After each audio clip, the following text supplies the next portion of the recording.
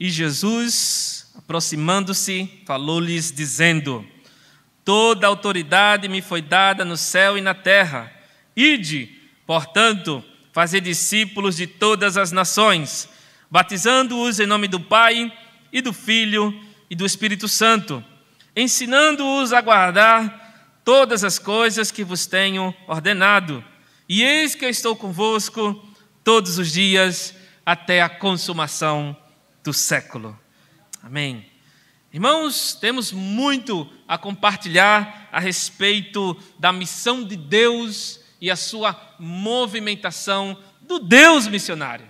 Então, o nosso Deus, queridos, ao longo da história da humanidade, ao longo da criação do seu universo, ao longo de tudo o que Ele fez, ao longo do seu precioso propósito, Ele designou tudo para a sua glória, fez tudo para que a criação honrasse o seu próprio nome. Aqui em Mateus 28, nós vemos as últimas palavras de Jesus enfatizando a glória devida a Deus, porque toda a criação precisa ser voltada novamente para Ele, e a incumbência principal foi dada ao seu povo, ao povo do Senhor. E vemos aqui, infelizmente, além da grande comissão, a grande omissão. Pessoas que se venderam, versículos anteriores que falam isso, não precisamos ler, né? Os judeus eles subornam os guardas, e ali se conta uma outra versão da história, de que ele não ressuscitou, que o corpo foi roubado, eles foram vendidos. As pessoas se venderam, uma grande omissão. Mas Jesus, contrariando tudo isso, mostrando-se verdadeiro, mostrando-se fisicamente para aquelas pessoas, para aqueles irmãos, Ele se mostrou que está presente, que detém toda autoridade e poder, e que ninguém vai poder atrapalhar, mesmo se omitindo, ninguém vai atrapalhar o seu mover, o seu objetivo, o seu propósito, a sua graça, o seu amor por toda a terra. Então, irmãos, debaixo de toda a autoridade que foi dada a Cristo Jesus, nós temos a incumbência desse ide, portanto, fazei discípulos de todas as nações. Em primeiro lugar, nós conseguimos aqui extrair que Deus é um Deus de movimentação. Podemos analisar pelo grego que esse ide é um movimento constante. De onde estou sendo enviado, eu tenho uma responsabilidade de participar dessa movimentação do próprio Deus. Nós vamos provar aqui pelas Escrituras e pela criação que tudo isso que Jesus falou nesses versículos, nessas poucas palavras, está estritamente provado de que ele de toda a sua missão, de toda a missão de Deus, nós precisamos mostrar e sermos participantes de tudo o que abrange a missão de Deus. Então, irmãos, nessa movimentação, no ato da criação, o nosso Deus, Ele cria todas as coisas, exatamente isso, todas as coisas que Deus criou se movem, todo o universo se move, do macro ao micro, todas as coisas se movem, os átomos que ocupam essas paredes se movem, as células que ocupam o seu corpo e os átomos também que fazem parte se movem, o seu coração, o sangue se movem, a terra se move. Imagine se o sangue parar de circular, imagine se a terra parar de girar, o que acontece? Morte. Então, queridos, nosso Deus, um Deus de movimentação, que criou todas as coisas com propósito, para o seu querer, faz mover todas as coisas, porque nele vivemos, nele nos movemos, nele existimos. Diz em Atos 17, 28 o apóstolo Paulo. Movimento é vida. Eu e você temos a mensagem de vida para uma humanidade morta, para uma humanidade estagnada, parada espiritualmente. Então, irmãos, Deus criou, Deus gerou eu e você em Cristo Jesus, transformando o caráter, transformando de glória em glória, para ser um instrumento de vida aonde Ele lhe enviar. Não sinta-se, você biblicamente é um enviado de Deus aonde você está. Naquela vizinhança, naquele trabalho, naquela empresa, naquela escola, enfim, em todos os ambientes da sociedade, onde os irmãos aqui estão nesse celeiro de missionários, ao saírem, vão ocupar seus campos missionários. Então, seja relevante a sua existência nesses locais, não é obra do acaso, não é em vão, não é algo que, alguma coisa assim, não é, eu estou aqui porque eu estou querendo dinheiro. Não é. É porque nele vivemos, nos movemos e existimos. Queridos, a criação da humanidade, a criação dos animais, quando vamos para Gênesis, nós vamos ver que ao longo da história, Deus se mostrou um Deus de movimento. E ali, a criação de Adão e Eva, Deus manda que aquele casal se movimente e se espalhe por sobre a terra. Deus também não perde tempo lá no dilúvio, em que depois do dilúvio, depois de 120 anos que Noé estava construindo, se movendo, pregando o evangelho, a justiça de Deus, as 8 pessoas entram, é conduzido até o Monte Ararat, e na descida, depois de mais ou menos uns 100 dias, um ano, aliás, Noé recebe a mesma incumbência lá de Adão e Eva. Se movimentem, se multipliquem e avancem por sobre a terra. No caso, seu genro, seus filhos e noras, aliás. E a humanidade se multiplicou? Sim. Se espalhou? Sim. Mas decidiram se juntar novamente, construir algo que representasse o seu próprio ego, que não estava no cronograma de Deus, e aí Deus, não, eu mandei vocês se espalharem, não se juntem aí não. E Deus criou as línguas maternas, as línguas antigas, que deram origem a tantas e tantas outras línguas que existem na humanidade, mais ou menos umas 8.000 hoje. E língua é movimento. Não há nenhuma língua nesse universo, nesse mundo, em que não precise movimento. O músculo principal, as questões nasais, dental, as libras, os brailles, que é para a linguagem para deficiente auditivo, não, visual, exatamente. E por aí, todas as línguas exprimem movimentos. Então, Deus outorga tudo isso, confirma tudo isso, mostrando que tudo está debaixo do seu cronograma, e nós fazemos parte disso. Às vezes, alguns pensam que a maior dificuldade no campo missionário é aprender uma língua, a língua oriental, né, que é mais difícil, né? Um chinês aprender um japonês da vida, um árabe. Não, queridos. O maior desafio nos campos missionários é continuar, permanecer, vivendo para a glória de Deus. Somos chamados para esse fim.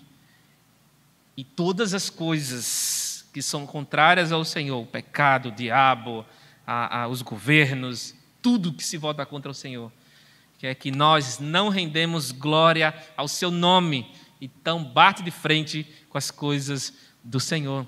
Então, irmãos, nessa movimentação toda, nós vemos os patriarcas, eles são considerados peregrinos sobre a terra. Abraão, Isaque, Jacó e todos os outros. Também, quando chegamos em Êxodo, né? Moisés, peregrino, forasteiro, 80 anos de muita peregrinação, preparação para conduzir o povo durante 40 anos pelo deserto. E durante 40 anos tiveram mais ou menos 42 paradas, seguindo a ordem de Deus através da nuvem, que se levantava e que se abaixava. E ali no tabernáculo, que ocupava o centro, era um centro de adoração móvel de Deus. Tabernáculo, isso mesmo. Monta e desmonta, monta e desmonta, monta aqui, desmonta ali. O tabernáculo, ele não é fixo, ele é móvel. Então, nosso Deus é um Deus de movimento, que Ele quer que sua glória seja divulgada em 4 cantos da terra, nos 4 ventos dessa terra, onde houver gente. E Deus sempre, desde Gênesis, como foi bem falado aqui pelo irmão, Deus sempre se revelou, se mostrou interessado em todos os povos. Deus sempre se mostrou misericordioso para com as nações.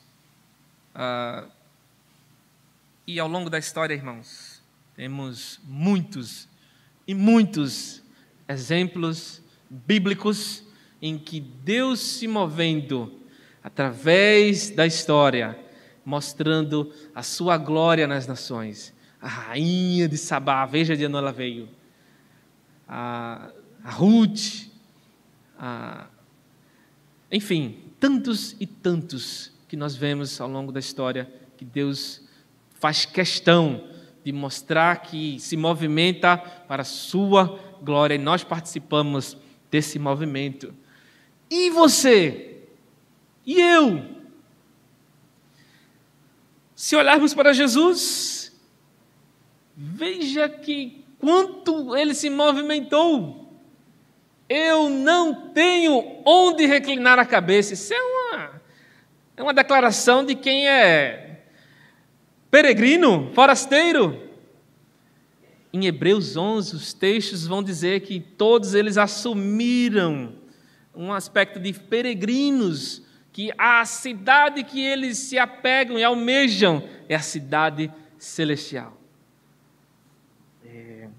E assim, irmãos, temos que pensar e repensar e analisar como está a nossa vida, o que Deus quer que eu faça. Alguns pensam que pode terceirizar o seu chamado missionário. Você não pode, não tem como. Eu posso financiar aqui, eu posso pagar para o missionário ir lá para a China, lá para o outro lado do mundo. E aqui eu fico tranquilo, está resolvido. Cuidado com esse pensamento. Deus tem um chamado para cada um de nós, sua existência não é em vão. Lembre-se, nele vivemos, nos movemos e existimos. Atos 17, 28. E nós não podemos negligenciar todos os aspectos missionários que Deus nos chamou. Imagine, veja, somos missionários enviados através da APMT lá para o outro lado do mundo, lá para aquela região dos Balcãs. Aí eu não oro por missões e nem oferto a outros missionários. O que você acha de mim? Meu papel é só ir? Tem certeza disso? Orar, contribuir, e o ato de ir é todos. Você, ao mesmo tempo, participa lá com aquele outro missionário, lá com os indígenas, lá com os quilombolas, lá com os ciganos, lá com o chinês, lá com o mexicano, e ao mesmo tempo, aqui, é simultâneo. Você é instrumento de Deus naqueles ambientes onde você foi enviado. Deus vai cobrar isso, porque Ele lhe chamou, Ele fez você, Ele conduziu a sua vida, a sua história, para a glória dEle. Então não existe essa terceirização dos projetos missionários, mas sim, eu participo, eu sou cooperador do reino onde estou. E assim, irmãos, precisamos entender essa movimentação simultânea de Deus nesse universo, que chama tanta gente para poder abençoar tanta gente. Isso é um privilégio muito grande. Às vezes, a gente só pensa na academia em si. Eu quero estudar lá em Harvard, eu quero estudar lá em não sei aonde, quero estudar lá na USP, quero estudar na UNB, quero estudar não sei aonde. Mas é só isso? Não é só isso. A finalidade dos nossos estudos também é para mostrar a glória de Deus àquelas pessoas perdidas. Então, tudo o que você tem, tudo que você estuda, se não redundar em glória ao nome do Senhor, qual é a finalidade de sua vida, então? Então, pense nessa movimentação de Deus nesse universo.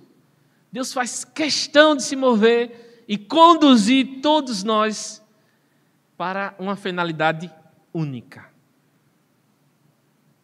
Não é para deixar de estudar, não é para deixar de trabalhar, mas pensar em glorificar o Senhor no meio dos povos perdidos.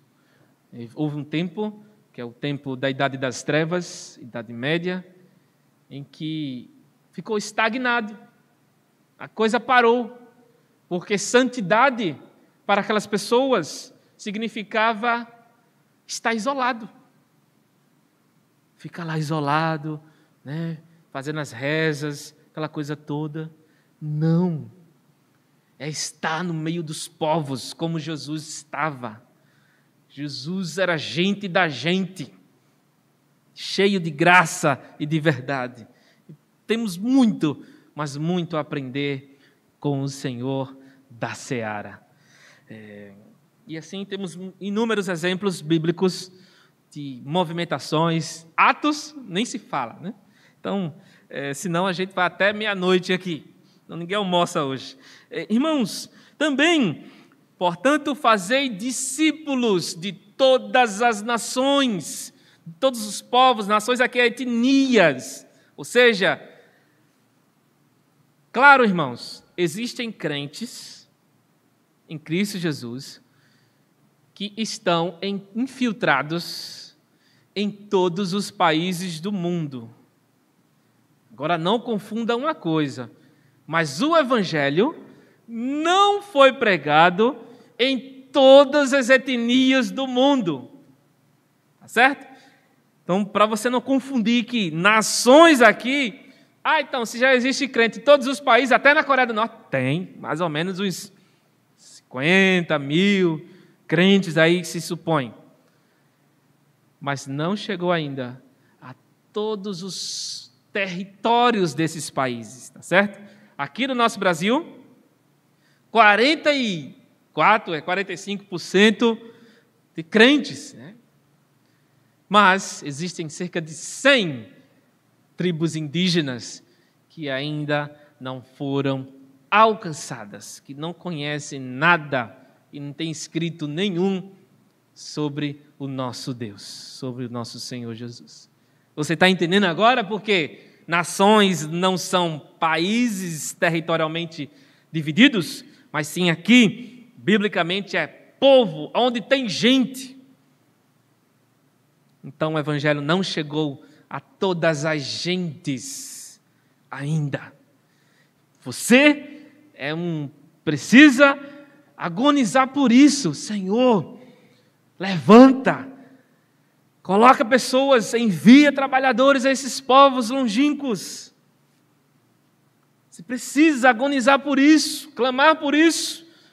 E assim, irmãos, ter essa consciência missionária escatológica, porque Jesus falou em Mateus 24:14, e esse evangelho do reino será pregado em todas as etnias. Ele fala nações, etnias, todos os povos, e então virá o fim.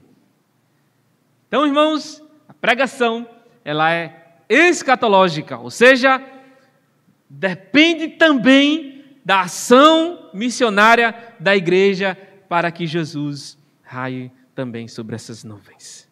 Então, ele colocou tudo isso, irmãos, em nossa responsabilidade, debaixo de sua autoridade, debaixo do seu poder e amor, eu e você. Veja que privilégio. Não é uma carga. Jamais. É um privilégio.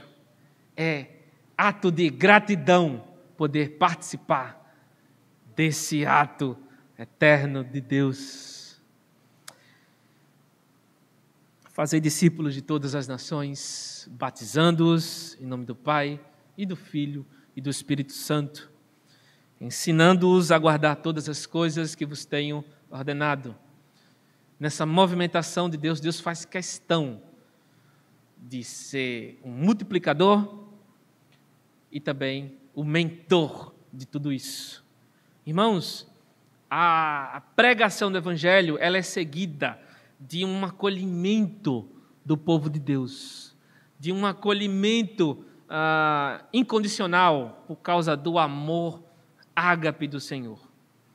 Esse batizar e esse ensinar, nós acreditamos que estamos bem abastados, bem equipados com relação a esse batizar e ensinar aqui nessa igreja, é estar incluído no corpo de Cristo genuíno, é estar inserido dentro da realidade do que é ser igreja, batizar e ensinar, ou seja, as responsabilidades como corpo de Cristo.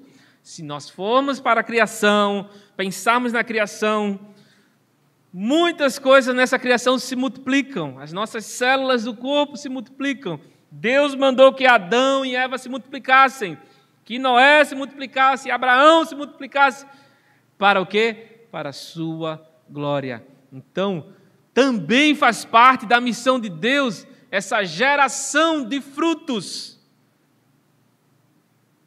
Nesse sentido, temos também privilégio e responsabilidade de discipular, de anunciar, de viver com indivíduos e assim eles serem formados segundo a imagem de Cristo. Então, irmãos, nesse universo, no seu corpo, você vê reflexões, figuras, na realidade, daquilo do que faz parte do projeto eterno de Deus. Então, irmãos, temos esse privilégio muito grande de participação na multiplicação que Deus opera em nós. O que Deus quer é disposição dos seus para serem agentes multiplicadores da graça, da glória de Deus, pela pregação do Evangelho. Pode ver que batizar aqui é em nome da Trindade, é em nome dele, do Deus Trino, em nome dessa comunhão. Deus, ele próprio, ele é trino. Já aponta aí para a comunhão. Esse ide, queridos, também, essa saída, também significa sair para se reunir. Ou seja, alguns crentes que estávamos conversando do Oriente Médio, nossos irmãos, eles saíram daqui do Brasil, foram para lá, extremamente perigoso se reunir, enquanto muitos de nós brigamos para não se reunir, eles estavam fazendo questão para se reunir. Para quê? Para divulgar o Evangelho. E eles, irmãos, falando para a gente assim, rapaz, aqui a gente diz que vai tomar um chá, Vamos tomar um chá na casa de fulana. Aí vai. Os crentes secretamente, vai lá, tudo lá. Versículos memorizados, cânticos tudo memorizado. E vai lá, se esconde lá, tudo reunido, cantando baixinho, orando baixinho, recitando a Bíblia bem baixinho também. Chamados para reunir povos, para adorar ao Senhor. Nós vamos também reunir povos, chamados para isso, reunir povos distintos que se odeiam para adorarem ao Senhor. Então, tudo isso faz parte desse projeto do Senhor da terra, do Senhor do universo. E batizando e ensinando nos remete a esse cuidado, queridos, que temos que ter, além da pregação principiante do Evangelho. Precisamos entender que toda a missão de Deus não é somente, a princípio, a pregação inicial para que o indivíduo conheça a Cristo, mas sim envolve todo o cuidado como corpo de Cristo, como igreja do Senhor. Imagine se entra por essas portas 200 pessoas, deixa eu ser bem hipotético. Queremos Jesus, conhecemos essa igreja pelo canal do YouTube, queremos Jesus. Aí você vai olhar para as pessoas assim, isso aí, ó, joga para o pastor, ele que cuida de tudo isso aí. Irmãos, o texto está dizendo que eu e você temos essa responsabilidade sobre nossos irmãos mais novos, convertidos assim. Então, é um privilégio muito grande quando líderes, pastor, estou à disposição para determinado trabalho, bora trabalhar, vamos servir ao Senhor. Então, quanto mais descentralizado o serviço do reino for no âmbito da igreja, mais leve fica para todos, mais prazeroso fica. Tanto que um exemplo disso é lá em Moisés, né? O Jetro dá aquele conselho fabuloso a ele, em que, olha, tu não vai dar conta de tudo isso aí não. Confia em homens fiéis. Confia aí, levanta alguns capitões aí de 100, de 10 e tal. E vamos embora para frente. Aquele conselho bendito daquele irmão. Batizando e ensinando o que Jesus ordenou. E, por último, irmãos, falar aqui da manutenção do reino. Eis que estou convosco todos os dias até a consumação do século. Esse estar conosco, queridos, significa a manutenção. Todo o universo passa por manutenção, por sustentação. Todas as coisas, elas têm em si uma necessidade de manutenção. Qualquer coisa que você olhar para aqui nesse recinto, nessa localidade, tudo precisa de manutenção. Tudo. Seu corpo, seu cabelo, o piso, ar-condicionado, tudo que você imaginar precisa de manutenção. Ou seja, de um acompanhamento, de uma limpeza, aliás, enfim, de várias formas de manutenção, de sustentação, de acompanhamento. Então, o próprio Jesus mostrando coisas, ele falou essas palavras que têm a ver com todo o universo. Veja que impressionante. Então, se todas as coisas se movem, muitas delas se multiplicam, todas elas precisam de manutenção. E aqui, meus irmãos, é impressionante, porque Jesus está dizendo assim: se você estiver precisando ser corrigido, Ele vai lhe corrigir. Se você estiver precisando de consolo, de conforto, Ele vai lhe confortar. Se você estiver precisando de sabedoria para determinadas situações, Ele vai lhe dar sabedoria. E por aí vai. Ele não está prometendo aqui, irmãos, que vamos ficar livres da presença do pecado. Ele está dizendo que, apesar das circunstâncias, Ele está presente. apesar de todos os problemas, apesar de todas as nossas dores, Ele está presente. Nós fomos enviados para o Hospital Unimed Recife, ali na região central da cidade, 8 dias. E nós entendemos, é o Senhor que está nos enviando para cá. Então, Deus tem algum propósito aqui. Naquela UTI, nossa filha era pior das situações que estavam naquela UTI. Menorzinha, sou o pai da menorzinha, viu? Aí cheguei, aí bota, aquela coisa toda. E nós tivemos a oportunidade de conversar com os pais não crentes, de outras crianças que já estavam relativamente bem, mas tudo aflito, tudo sem paz. E vendo que a gente estava tranquilo com relação a isso. E alguém perguntou, até a Jaciane, uma senhora perguntou, mas como assim você, desse jeito aí, com a sua criança? É claro, irmã, que a gente chorava, a gente chora ainda até hoje. E ela, esse Deus aí, é o que eu estou procurando faz tempo, eu já fui em religião tal. Jaciane aproveitou a oportunidade, pregou o evangelho, se ajoelhou lá e orou por ela.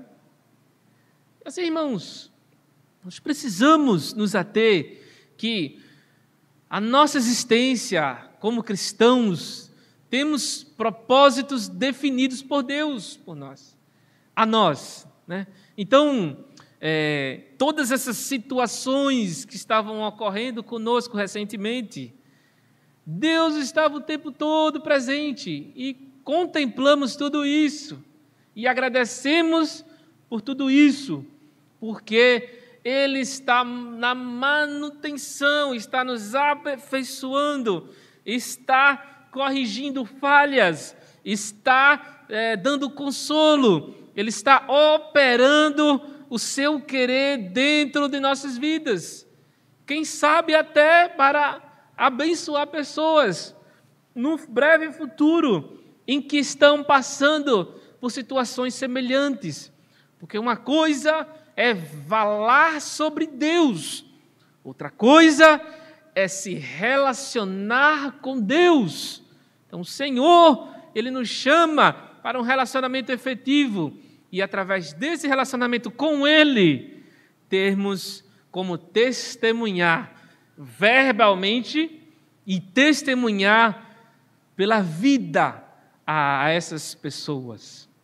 Então, precisamos entender que essa manutenção de Deus no universo está presente em cada detalhe da sua vida, da sua história. Tá bom? Então, que venhamos a contemplar esse mover do Senhor em nossas vidas. E para que Ele está me movendo tanto, para tantas localidades, em tantas instâncias, e qual é o propósito de tudo isso? Então, a filosofia não consegue responder, psicologia nem tanto, mas sim, a palavra de Deus já respondeu há muitos séculos. E assim, irmãos,